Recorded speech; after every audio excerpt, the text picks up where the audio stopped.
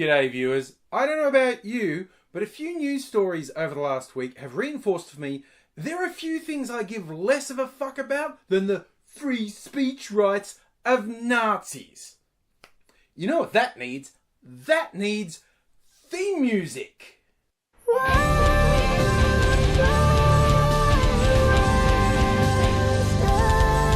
Yes, Wanga Fat Wednesday, where I talk about what am I not giving a fuck about today. And today I'm not giving a fuck about any of these pricks who are mainly coming out of America, but not limited to there, who ascribe to extreme right-wing ideology, some of whom openly call themselves Nazis, wear swastikas and do the Zig Heil. Others go with whatever they think is a euphemism like white nationalist.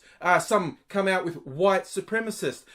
Basically, anyone who's ever unironically used the term white genocide or acted as if white people are getting a rough time, they're a piece of shit, and I don't give a fuck if they feel like, oh, my free speech is being impeded. It's like, the biggest one in the last week was that Richard fuckhead fist magnet from the US. He gave a speech in Florida at a Florida university. Now, a lot of faculty and students didn't think the university should host them, but the university decided to, and then they had to spend a fortune on security, and then this fuckhead said he's going to limit what media are allowed to see his speech. You see, here's the thing. Giving a platform to a fucking Nazi or not is not a free speech issue. A Nazi controlling media access to events at a university, that's the fucking definition of a free speech issue. It turns out that he mostly got trolled by the uni students anyway, which was nice work. People who really fucking disliked him took a lot of the tickets, so he didn't have that many supporters in the crowd. And that's a good tactic, quite honestly. I remember way back when I was at uni, the Reverend Fred Nile came to town. If you've never heard of him, he's an ultra-right-wing religious extremist, wants to make homosexuality illegal, wants to actually make divorce and premarital sex illegal. That's a bit that a lot of his supporters gloss over. He's been in politics in Australia for decades, and he came to the town where I was going to uni, and a bunch of us students decided to go and make our voices heard.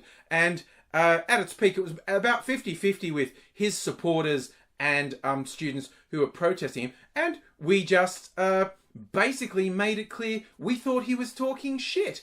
And I tell you one thing for free, a lot of his supporters, really fucking freaky, weird people. I mean, I know that's the thing. A lot of the religious purists talk about, the sexual depravity and the gays and the free sex. That's all weird and fucked up. A lot of these people, they had some fucking issues going on. Their obsession with sex and what they called sexual deviancy, but they couldn't stop thinking about, there was some weird fucked up shit going on there. Just by the by.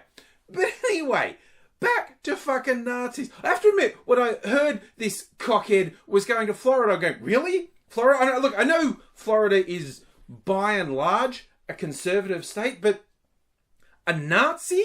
And that's what he fucking is. And I have zero time for anyone who wants to equivocate on this piece of shit. He's a fucking Nazi who has openly preached for genocide and white supremacy. And if you're going to equivocate at all, go fuck yourself, because if there's one thing I have less time for than Nazis, it's slimy fucking spineless Nazi apologists. Go fuck yourself, you fucking cowards. But yet, Florida, I mean, isn't that where all the old Jewish people go to retire? Did Seinfeld lie to me?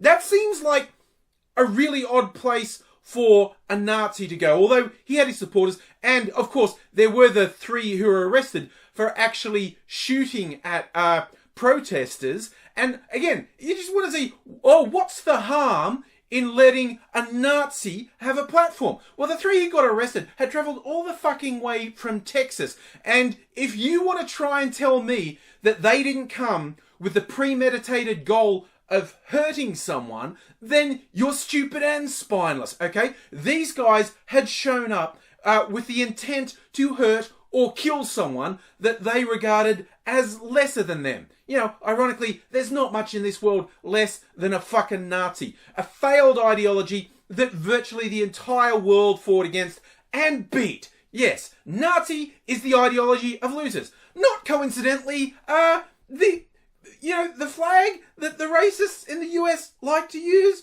the old rebel flag, yeehaw, again, symbol of losers. That's an interesting through line, really, with these people who call themselves white supremacists, and when one of their biggest spokespeople is Steve Bannon. I mean, I don't like to judge people by appearances, but really, when that guy starts talking about racial superiority and racial purity, going like,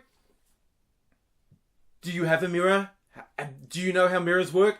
Have you looked at photographs of yourself published in the media? Because there is not much that you are superior to, you hideous, loathsome creature. Now, that's not a refutation of his ideology. That's a shallow thing to say, that he's hideously ugly. But it is also a factual thing to say. Shallow, besides the point, but true, he's fucking hideous, quite honestly. And so, it's the combination of these idiots worshipping losers and being gross and vile individuals themselves, and yet they're still clinging to this idea of supremacy. I don't get it. See, here's the thing. Giving Nazis a platform does not make Nazis more reasonable, okay? It makes them fucking worse. It allows them to try and mainstream their ideas, and I don't know, then you end up with a fucking white supremacist in the White House. And this is why, you know, when people say, oh, you shouldn't punch them just because you disagree. I don't punch people just because I disagree with them. I don't advocate punching people just because I disagree with them. But with fucking Nazis, you have to shut this shit down. And again, people who equivocate and go, oh, but you're giving them the excuse to act violently in return. Hey, Nazis don't need a fucking excuse for violence. It's what they do on a genocidal scale if you let them, okay? We know from history that's what they do.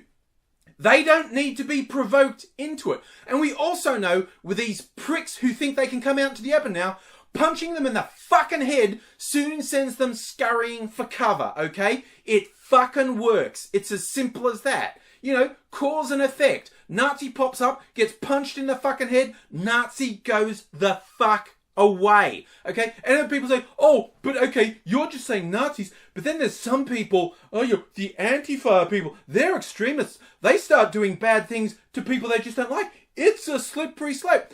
And yes, look, no doubt about it, some people do violent things to people who don't deserve it. They do violent things to people on the right they just disagree with, and that's not cool.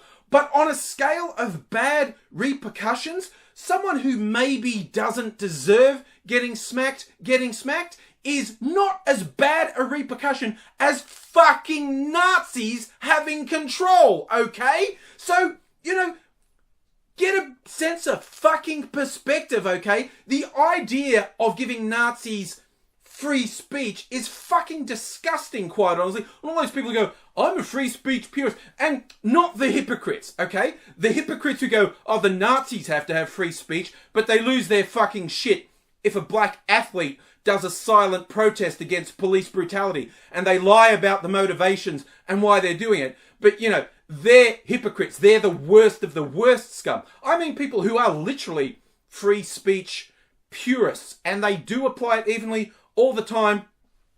I don't give a fuck about your principles, okay? Your principles for, as people are being fucking slaughtered by fucking Nazis, you go, well, at least I stood by my principles of free speech. That's worth the square root of fuck all, you fucking idiot. Nazis don't deserve free speech. They need to be shut the fuck down.